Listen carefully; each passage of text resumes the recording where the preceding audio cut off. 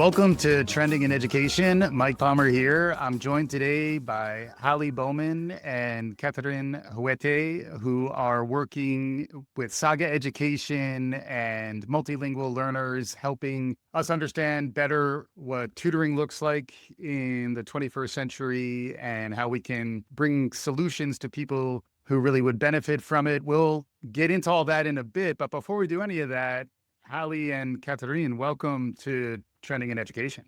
Thank you. Yes, thank you for having us. It's great to have you. And I have had Alan Safran and AJ Gutierrez on to talk about SAGA Education. Tutoring is a topic that has been bubbling up as like a mega trend really coming out of the pandemic that is really making an impact. And we'll get into that in a bit, but let's start by getting to know each of you a little bit better, maybe starting with you, Halley, and then we'll follow up with you, Katherine. Yeah, I have been in education my entire career. I started by teaching English in France for a year and then came back and taught math, high school math in Chicago for many years. As part of that journey, I found that I really enjoyed behind the scenes bits, making the curriculum, figuring out what training and coaching teachers needed, that sort of piece, rather than being in front of a class. So found an opportunity at SAGA and joined 12 years ago, right as they were starting up, and started founding the curriculum and then building out training for tutors, and have been working on that since and have really liked it. Amazing. And then Katherine? Yeah, so my story really begins, I would like to go all the way back to when I was a student. So I was born and raised in Nicaragua, and then I came to the US as a newcomer student. And I had already finished third grade in Nicaragua, but I was placed in first grade because I didn't know English. And that kind of experience has really shaped my passion for this type of work. And, you know, later I became a bilingual special education teacher for Chicago Public Schools. I worked there for about 8 years before joining SAGA, where I really led, you know, the initiative of scaling language support throughout our curriculum. Just because, you know, we were seeing the increase of multilingual learners and newcomer students across, you know, our school sites. And then now, through my work at my own consulting company, Estalita, I really collaborate with schools and organizations to just design curriculum and professional development on how to support multilingual learners and newcomer students. Yeah, got it. And that language is important. We're going to get into like defining our terms and clarifying things next. Before we get into the multilingual learner side, let's circle back to the tutoring side where, you know, while it's been a topic and kind of a mega trend, it's not something that everybody's necessarily totally caught up on. Halley, I know you've been, you know, in this space now, you're saying, you know, a significant amount of time here. Can you catch people up on the backstory around SAGA and high impact tutoring? And it is something I am holding in my hands, Liz Cohen's book, who I'm interviewing soon as well on the future of tutoring. But it is really, you know, the evidence is backing it, and it is something that folks really, if they care about the future of education, probably need to be thinking about tutoring. Can you catch us up a little more on SAGA's background and, you know, high level, what do we mean when we talk about high impact tutoring and the work that you're doing? Yeah, SAGA really started from the work that was done at a charter school, Match Education, where they had tutoring done during the school day, which was a novel concept at the time. And SAGA Education broke off from that and has been working with public schools starting in Chicago, working with students during the school day, which is my favorite part of it. Students don't have to stay after school. They don't have to come before school. It's built into the school day. Parents don't have to pay for it. And the tutoring is built to support what's happening in the regular classroom. So we know that teachers have a huge job. It is a giant job to get a classroom of students to come along with them. And so to support with the tutoring, to have like an extra touch point during the day, we work primarily with secondary math. So students go to their regular math class and then have a tutoring class where they work with a group of 2 to 3 students and a tutor, a dedicated adult that really helps them support the learning that they're doing in class and getting that extra help that they need. We've seen just huge results from it. One of the things we've seen is up to 50% of the opportunity gap has been closed with the addition of tutoring, which is astounding and really great for learners. It's one of those places where people like to talk about randomized controlled trials and, get into sort of the talking points, the buzzword bingo around doing research. But like tutoring, this specific kind of tutoring, that's the other thing where like, homework help is a whole nother thing. This is not that. And then the thing that I took away from my conversation with Alan and AJ is, and now I've heard this since that conversation, I've heard it many times, is kids don't care what you know until they know that you care. And like the idea that it's individualized and a small group where that adult, that human on the other end knows you and you feel like you matter because they're holding you accountable and they're, reaching out to you in a way that respects you and kind of understands you as a person. Maybe it's time then to shift back to the multilingual side, Katherine, and, define some of our terms and even your experience, which I think is pretty powerful just to contextualize this. How does tutoring and the work that SAGA does, how is that connecting to the multilingual learner space and some of the language that we're using there? Yeah, I can start off by just firstly defining the terms that we'll use throughout the rest of the podcast. So Yeah. we'll be using the term emergent multilingual learners or just multilingual learners, which is a fairly new term in the field of bilingual education.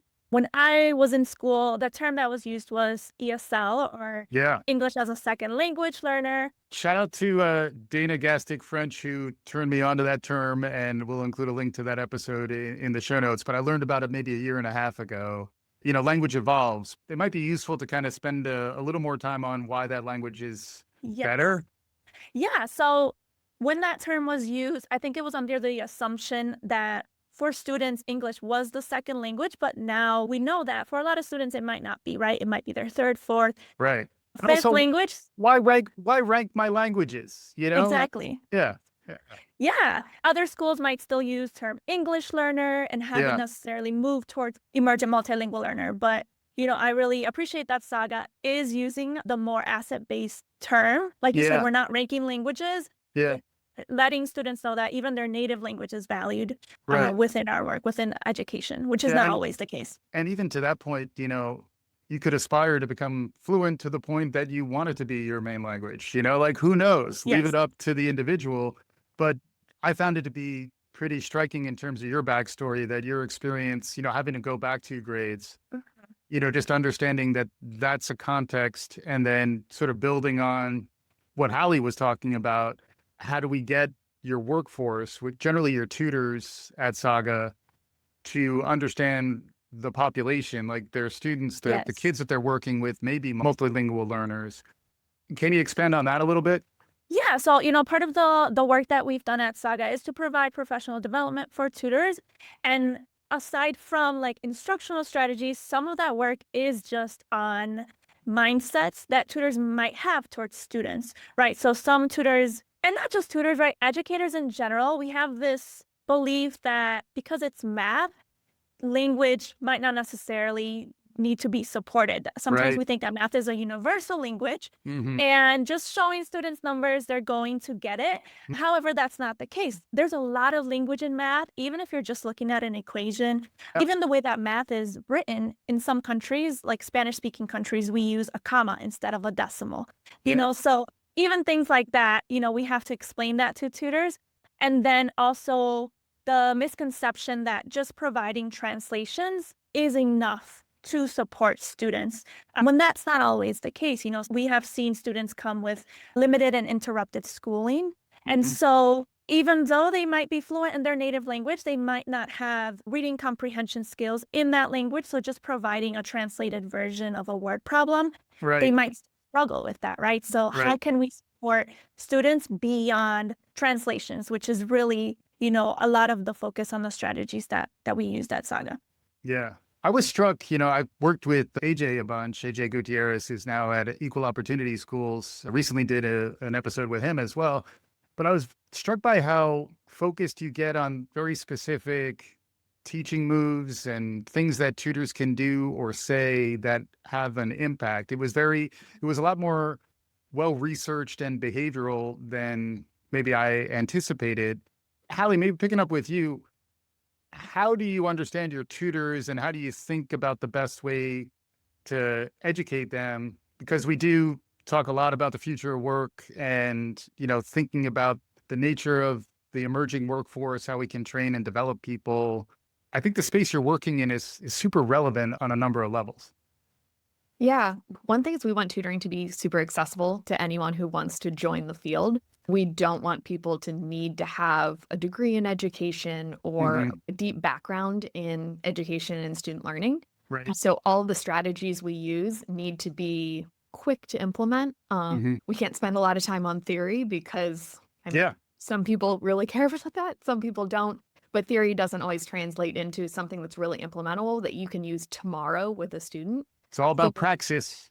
yeah. So we make sure that our strategies are really implementable and they're bite-sized too. Like we Yeah. focus on using micro learnings where we just introduce one single skill that tutors can use Mhm. and implement it. We practice it like in our little role play, and then Yeah. it's something they can use the next day with their students that Yeah. they can see make an impact. And then once they build that skill, they can add another skill on, but Mhm. it's not, we don't need a giant training up Yeah. front to get Mhm. things that make an impact on student learning. Yeah, it reminds me, I worked at Kaplan Test Prep for many years, and a lot of like fast track, get you prepped on our flow and how we work as teachers, but we're only going to spend, there's only so much time we can spend on the training there. Just in case folks don't know, I'm curious, like, who are your tutors? I know one size fits none and we all contain multitudes, but like, if you were to try to convey to our audience who might be a tutor for Saga, paint us a picture. Yeah, our biggest bulk of people are recent graduates who are either doing a gap year or trying to figure out if they want to pursue teaching. So want to try Yeah. out tutoring for a year first. Hmm. And then we have a pretty significant portion of career changers, midlife career changers, or retirees Yeah. who want to do something meaningful, aren't quite ready to retire yet, Hmm. and like working with students, like the personal relationships they build with students. Yeah. We also have some districts we work with that use work study programs. So they're actually students who are still in college, Yeah. who through work study do tutoring, and that makes a really big impact. And Mhm. we've seen that it can shift their trajectory, and people want to join the education field and become teachers after tutoring for a year, which is just my favorite thing ever. I love that. Yeah. I'm always struck by how many people who I interview, granted, it's an education podcast, a lot of people in education, but how many people kind of caught a love of education as a tutor. That was even my experience when I was like a teenager. I was helping my stepmom prepare for the GRE. And, I was surprised at how early I was able to help other people with their math. It's a very fulfilling, it actually is almost transactional in a good way where you actually can see I help this person understand something better and what that can do to like how they feel about themselves and how they feel about their future. I want to get back to your side again, Katherine, around like how do you then translate the successful program that Saga has launched to now address the realities of their population that a lot of folks may not speak English at home and a lot of the math that they're expected to understand in algebra and elsewhere might be written in English. How do you start attacking a problem like that? Like Hallie mentioned, we really try to present strategies that tutors can implement fairly easy, right? Yeah. Like that they don't need years of background in education Hmm. and research. And, so some of those strategies might include providing visual aids for students. A picture is worth 1,000 words sometimes. Yeah. And sometimes the barrier for a student to access a math problem might just be because they don't understand the concept Yep. or what the problem is talking about. So providing a visual to Hmm. give students that context, so then they're not focused on understanding the words necessarily, but then they can then really just focus on applying the math. And that's a really great strategy that we've seen be supportive for students who speak any language. And tutors don't have to speak the same language as students. So providing those strategies we've seen have been helpful. We also provide strategies that support students to express themselves, like providing them with sentence frames. Sometimes as a student, you might know the answer, but you don't know how to formulate a sentence to say the answer, right? Or you might not know what is expected of you when Yeah. formulating a response. Yeah, So we provide tutors with those. I've spent a lot of hours in my life teaching people math, but like there are language conventions, like idioms Yes. around how you just talk about things in math, almost the equivalent of the comma you were talking about before. where there's almost two levels to it. Like just being aware that that's the case Yes. is like the first level of enlightenment, where then you're at least more empathetic with folks you're working with, and you might be able to reframe it. It reminds me of universal design for learning conceptually as Absolutely. well. And lots of times, if you could teach something that is almost language proof to some extent as a math teacher, you're almost reaching some kind of platonic ideal. I hadn't thought about that before. Yeah. And that's something that, we convey with tutors as well. If you provide these supports within your tutoring group, it doesn't necessarily have to be just for the multilingual students within that group. Other students would also benefit from those visuals, from those sentence frames and vocabulary supports too. And then, the actual dynamics of this, because it's probably a mixed group frequently where there might be, multilingual learners, but then kids with other challenges who may be, nonverbal or like, who knows? But like the reality is that comes back to the small group dynamic. And that's always what I find most striking. Even the fact that sometimes, if I understand it right, sometimes the tutor is remote as well. Yes. That's pretty striking that intervention, it makes sense to me as someone who lives, like Zoom is like my fish tank, like I'm always swimming around in here. It actually makes sense to me that these kinds of dynamics, there's only 3 of us having this conversation right now, maybe you could add another person or 2. There's a level of like intimacy and individualization that's allowed there, where like I know each of you as an individual person who has different background and needs. That level of like respect, and I would even say like intimacy, that's part of the special sauce of high impact tutoring. Yes. Yeah, the relationship that tutors build with students, having only a few students in front of you, you can really get to know them very well. Get to know their strengths, their weaknesses, what they like, what type of learning they prefer. Like maybe someone really likes using visuals. Maybe someone doesn't need that or like that. And you can really customize very well to individual students when you only have a few. And like we know classroom teachers customize too, but it's really hard with 30 students to customize in the same way. Yeah.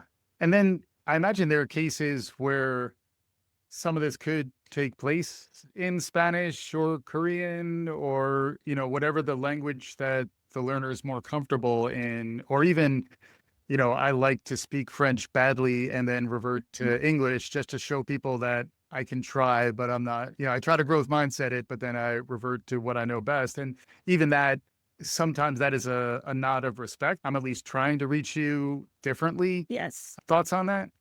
Yeah, so we actually encourage the use of translanguaging, which is just the concept of allowing students and tutors, right, to use all of the languages in their linguistic repertoire. Yeah. And this is telling students, right, like, yes, you might know the answer, you might know how to say it in your native language, and that's okay. You can say it in your native language, and then we can help you then transfer that over into English and not necessarily limiting students from expressing themselves in that language. And then there are also tutors who are multilingual and know the language of students, and then just encouraging them to, maybe, I'm not sure if you've heard of Spanglish. I was about to say, I thought it might have been offensive, but like as someone who used to teach math, I bet I would be really good at Spanglish because I don't really speak, I don't speak Spanish, but I think like just trying to convey it. And then there is a bit of give and take too with a learner, just in terms of what kind of signals are they giving you, and are you able to kind of pick up on them? It almost reminds me of the way, families that have multiple languages in them frequently flip from one to the other almost comfortably as like it's a way to kind of almost tighten up connections in the process. Yes. Yeah. Like research has shown that when students use all of the languages in their repertoire, knowledge is actually cemented a little bit better. And so we encourage that. We encourage Spanglish, Franglais, the incorporation of all of those languages, because at the end of the day, right, our goal is for students to know the math concept and to excel in math, whether they know that in their native language. They can then transfer that over to English with support. So that's really the goal of tutoring. All right. And good job by us. We made it this far in the interview without talking about AI, but there I went ahead and did it.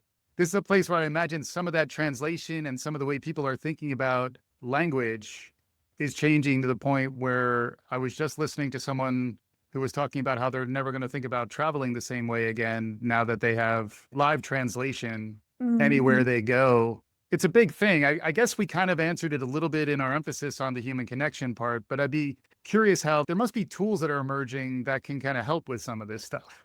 Yeah, some of the ways that I've seen tutors use AI really effectively is making quick translations in multiple languages. Like I've seen on the screen, like they have the English word problem and then they have it translated into Russian and Hmm. Spanish and Hmm. Mandarin. And that's really cool that they can do all of those quickly. Other tools I've seen that are effective is getting specific strategies that work for the specific students you have. So you might say, like, I have a student who's struggling with this thing, these are their strengths, this is what they're still working on. Here's the problem. What would you suggest I use as sentence stems? Yeah. And then it can just tell you. And Hmm. they're all customized based on your student needs, which is really neat. And Yeah. then the human element, you still have to select the ones that are actually going to work for your student based on what you know about your student. And then that relationship using the AI on like the front end and the back end to help you plan, not to facilitate your tutorial for you, and having that human relationship still as part of the tutorial to really get students engaged and excited about the learning. Yeah. The thing I always, this is where I get more, Black Mirror, but, it does feel like we're going to have AI companions. Like it's inevitable. I'm the parent of a 6-year-old. I think he's going to grow up with non-human things that are part of his life in a way that I certainly didn't grow up with. I'm trying to train him on the human time and encourage him to put the screens away and to be smart about the technology. But, we're a trend spotting future of education, future of work podcast. Thoughts on that? Because I think initially when AI hit, people were like, "Oh, I can just have a tutor in my pocket. It's great." And there's a lot of research now also about how it's not a therapist either, but people are treating it like it's a therapist. Just thoughts? Anything come to mind? I think to what Halley mentioned, it can be useful in supporting, like within the moment, like something quickly or for planning, especially for teachers when you have limited planning time and you Yes. might need something that's super quick. But I do think you still have to analyze it. Sometimes it gives you the wrong translation if it Right. doesn't know the context, especially in math. There's a lot of synonyms in math, and then when you translate it into a different language, it might not mean the same thing. So I think you still need that human aspect of it, of analyzing whatever the output that AI is giving you and having Yeah. a critical lens on that. But it can be used as a support, but still being very critical of the information it's giving you. Yeah, it strikes me as a place where the replacement conversation is very creepy and people like to, our initial response is to kind of shudder and push back and say, like, don't replace it because it almost, coming full circle, it's almost like the tutoring thing is more about human to human trust and recognition and respect. And that's something that AI is really never going to be able to do. Well done. We solved that problem. Good job by us. Wipe our hands clean of that one.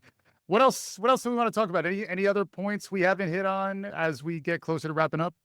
Another point that we kind of touched on in terms of the relationship, but something that, with SAGA and training for tutors we've talked about is just really being culturally responsive for students and teaching tutors even small strategies of saying a student's name correctly Yeah. can really make an impact on their educational experience. Personally, my Mhm. teachers did not know how to pronounce my name, and so I Yeah. did go by Katherine Oh, several years of my life. yeah. And I didn't feel like I was able to be my full self in the classroom, or that, Yeah.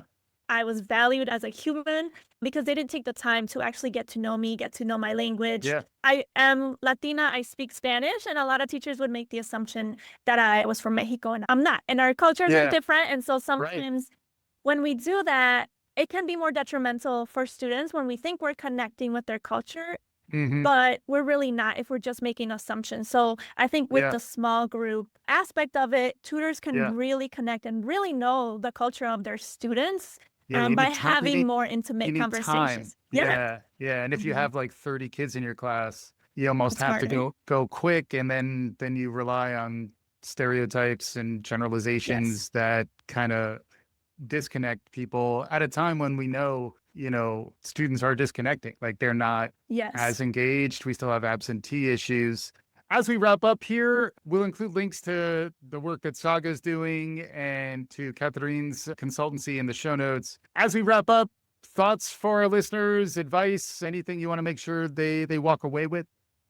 Yeah, I think one thing I'm still thinking about is just even with the strategies, learning is really hard. Learning a new language is hard. Learning math is hard.